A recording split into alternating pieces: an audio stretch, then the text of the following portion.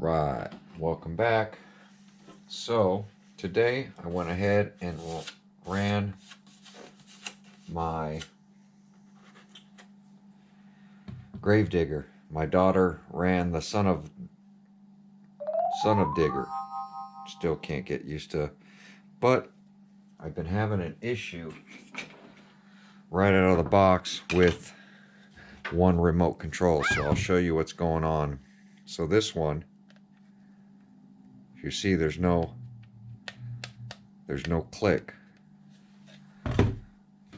This one, my daughter's,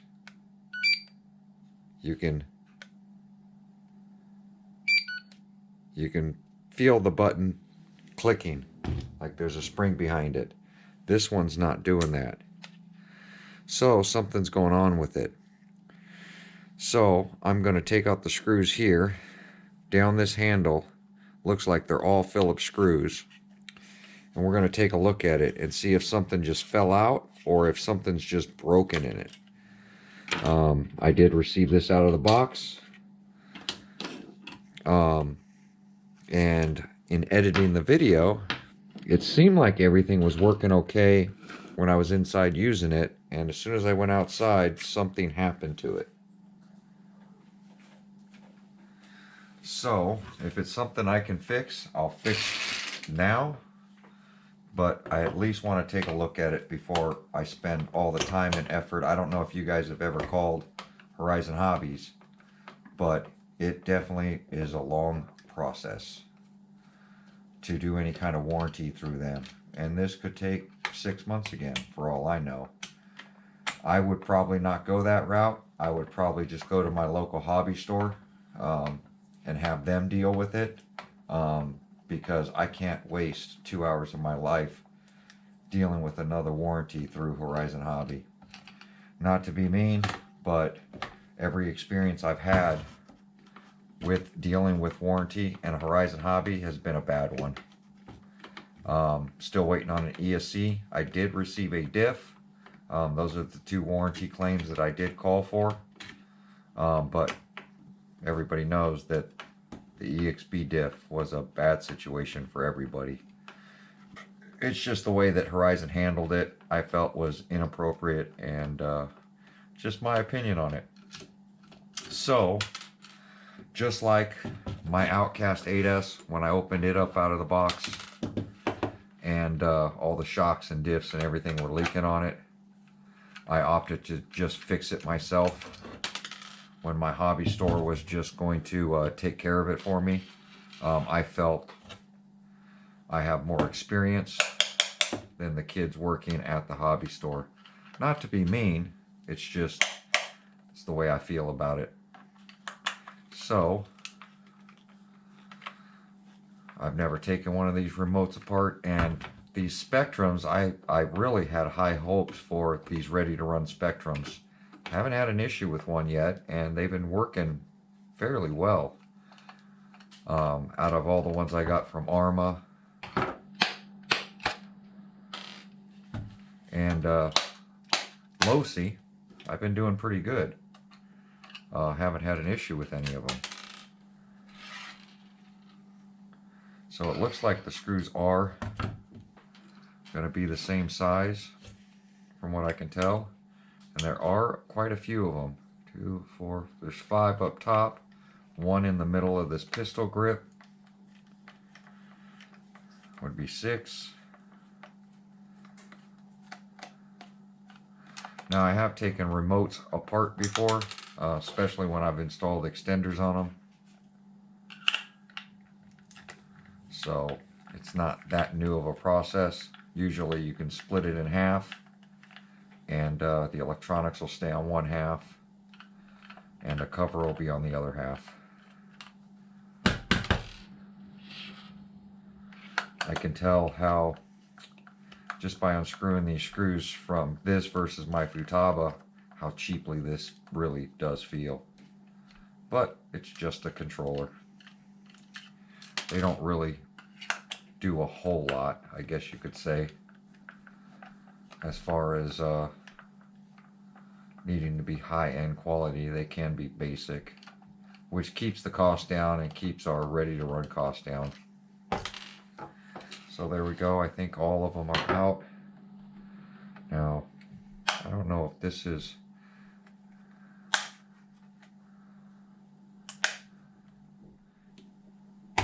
Yeah. So I figured that would be a cover that pops up, and there's like a programming port for the thing. So I'm going to split it standing up. I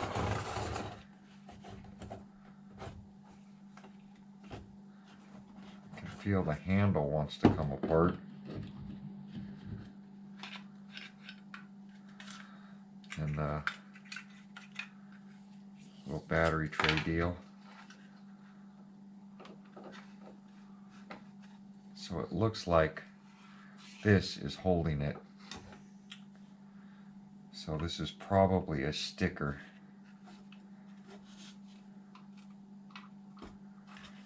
But I can get to this button.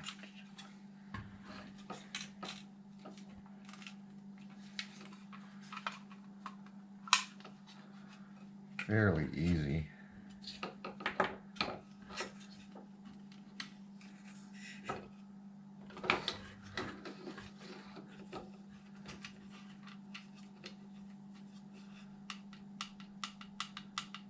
There we go.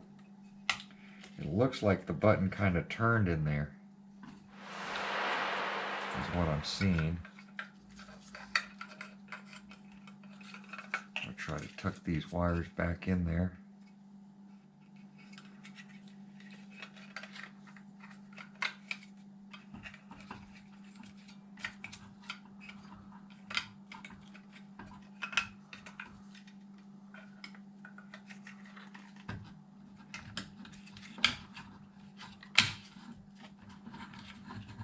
Probably could have just left that sitting there. I'm going to make sure that the button did not move.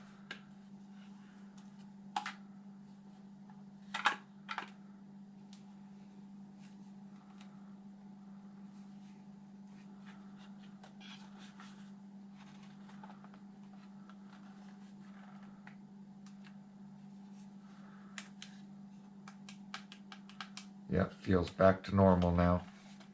It looks like the button was just installed wrong. It was twisted in there. I saw it right when I popped it open, that it wasn't straight where it should be.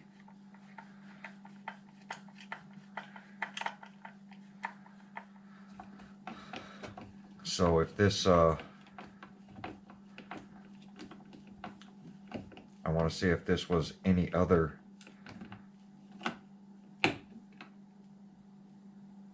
consumer out there, they would probably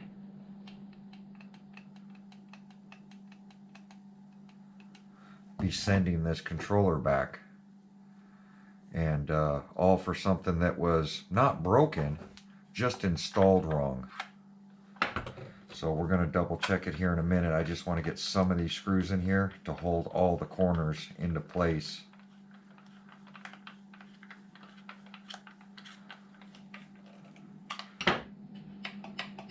Make sure everything is just working properly before I close everything up. So I'm going to reinstall these batteries that were supplied by them, which is, I always think is cool when they give us remote batteries. It's just the little things that on a ready to run that stop us from going to stores and having to purchase a set of batteries to run our RC. So there we go. I'm going to put this tape back down. We're going to give it a shot. Power's right up. Power's right off. And now I'm going to show you guys. See if I can get this glare out of there. There we go.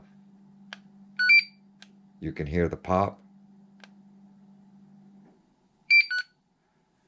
And the button is working now, and you can tell that the spectrum is up and down.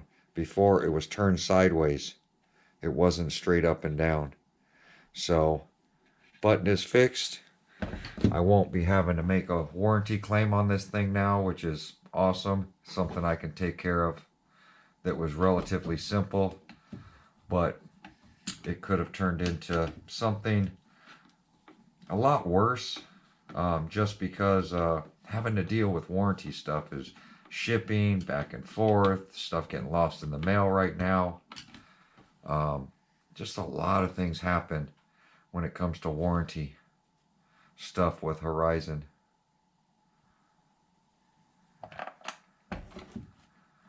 And so normally in those instances, since this thing is only a day old, I would have went back to my my hobby store and given them the remote. I would have programmed one of my other ones for this, and then just kept running the RC and waited on a radio to come back.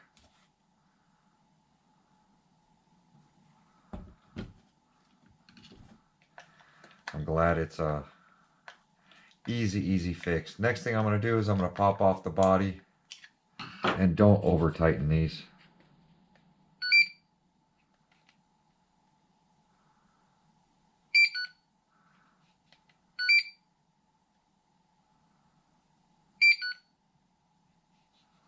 Seems like it's working good now. So there we go, remote's fixed.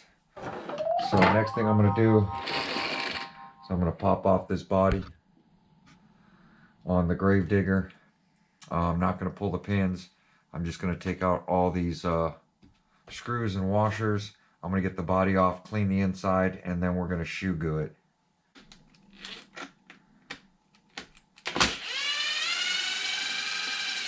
Back seemed to be cut pretty good. I wonder if that was the wheels hitting.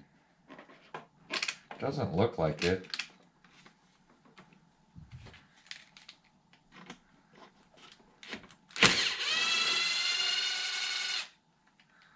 There we go. We got all the bolts out of it. So there is some zippy ties that I'll have to cut.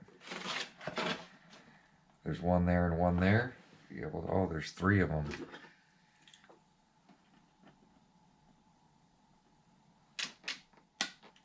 I'm going to place them back in the same place, so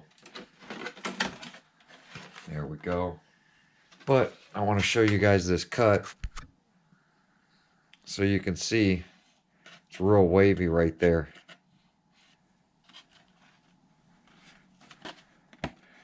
Right there. So I'll trim that straight. And the other side was even worse. Look at this one. So this one, they cut it too high and then stopped and came back down. So that's just a quality issue. And then right here, same thing. Some of that needs to be trimmed. That needs to be trimmed to make these wheel wells back. I don't know how I'm going to fix this. I'll just clean it up a little bit. But that was definitely cutting way too high right there compared to how low this side is. So they're literally, they cut way up into here on this side, which pretty much left no fender right there. This is actually cut way too high. We're starting from here to here. This should have been straight across. I wonder if all the bodies are looking that way. But my main concern was this back here, and folding over this decal, because this decal is getting all messed up.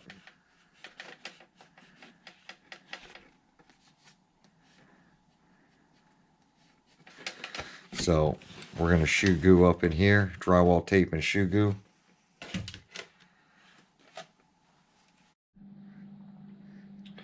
All right, so it's been about an hour. This is now tacky.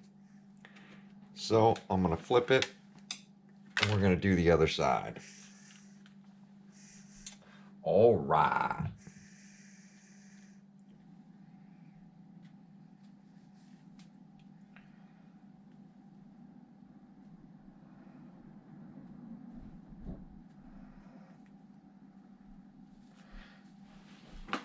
sit down.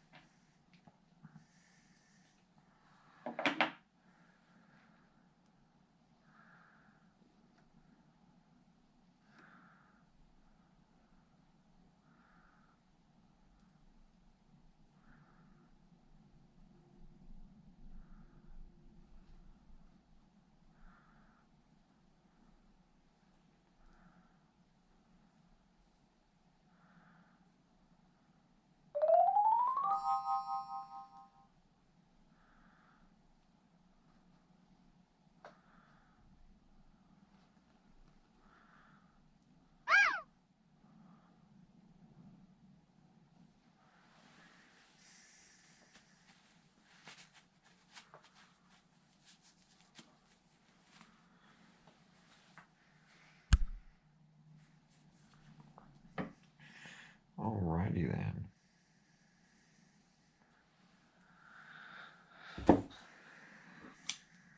Now we're going to let this set up. And then we should have just enough to do the front, I believe. We might have just enough shoe goo. Be right back. All right, so both of these are pretty tacky in the back now.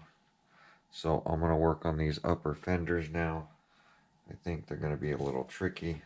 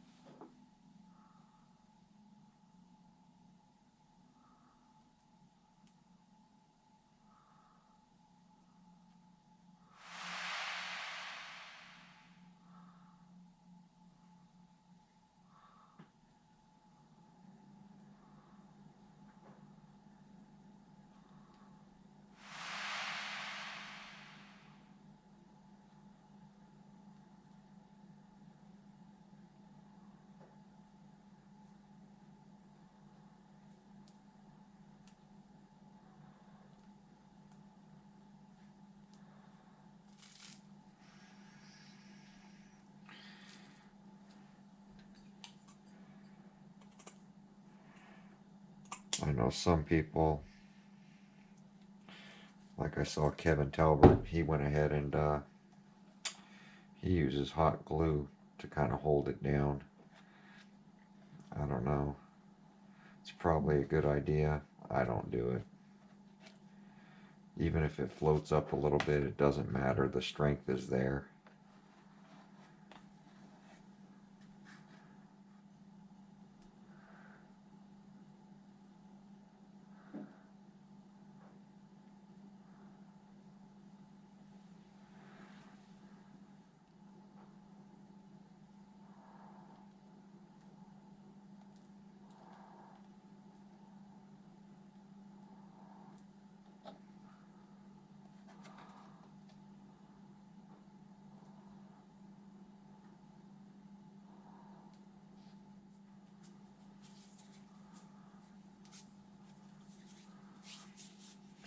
All right. That's going to go ahead and end it. So we're going to let this set up and we'll look at it again tomorrow.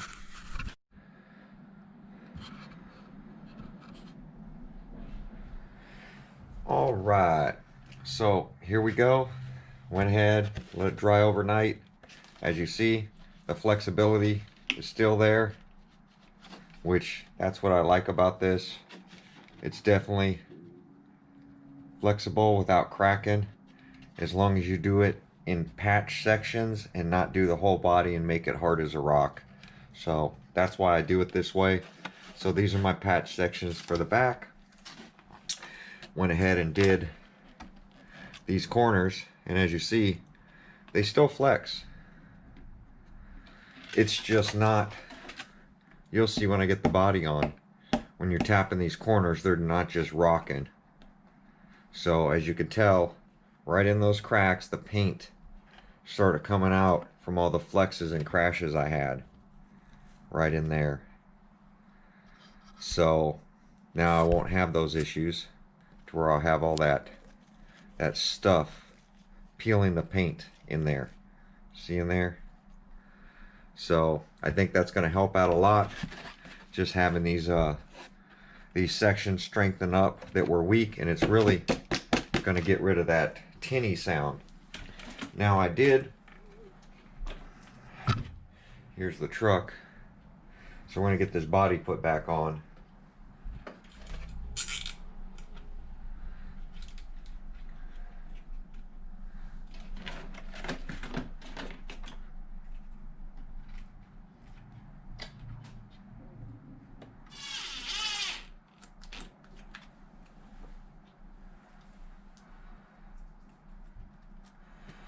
Now these look like the same pretty much bolts that are on the Super Baja Ray.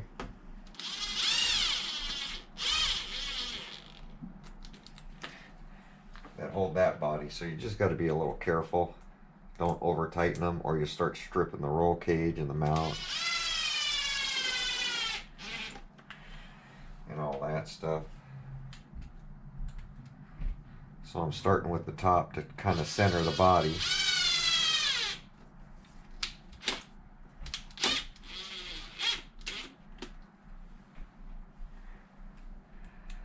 Moving along to the hood.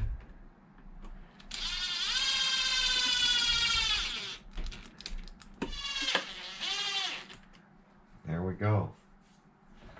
All back together. Oh, so much better. There we go. Won't fold out as hard. Still has flex. But the biggest difference is going to be this front. So this, see, we still have flex so that it's not going to snap off. It's kind of like the other one now, but it also doesn't have that tinny sound, and it's going to stop the headlights from bouncing so much when we're running. Yeah, definitely, as you can see, we have the flex. And that's why I didn't do all the way across and connect everything and stiffen this whole front up. Our flex is going to be right in here now. So I will run the risk of cracking it here, so I might have to add a little bit here, but we'll see how it acts. But that I feel is much better. Just enough flex so if you land on this corner, it pushes down there. I think that's going to work out good without that flappiness. But there we go, guys. Next, I'll be programming both of them, try to get some more punch out of these things, but we'll see you guys on my next video. Thanks for watching.